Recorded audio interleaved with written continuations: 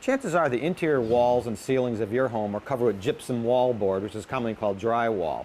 Now, sooner or later, you're going to end up with small nail holes and dents, perhaps even a few holes to go clean through. That's why it's really important to learn to make these repairs yourself. Now, for minor damage like this, you can fix just with some pre-mixed joint compound. Just scoop some up onto a 6-inch drywall knife, and you can just smear it right over them. You want to overfill it a little bit, let that dry. You'll probably want to sand it down and apply a second coat. Now, for a hole that goes clean through, the repair is a little more complicated.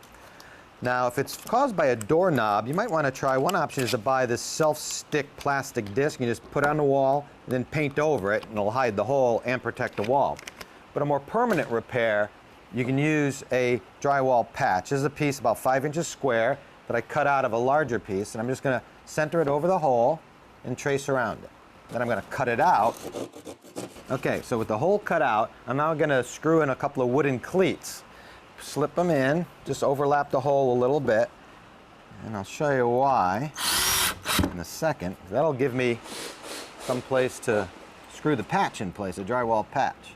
After applying a layer of joint compound over the entire patch, embed pieces of paper tape covering the seam between the patch and the wall surface itself.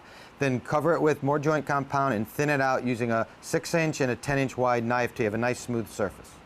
Okay, at this point you just want to let it dry overnight, then come back, sand it lightly, and apply another thinner layer of joint compound over it with a wider knife. And you're going to do it, sand it after it dries, and apply at least one more, a third final coat, feathering it out onto the wall surface. Let that dry, sand it, then prime it and paint it, and it's as good as new.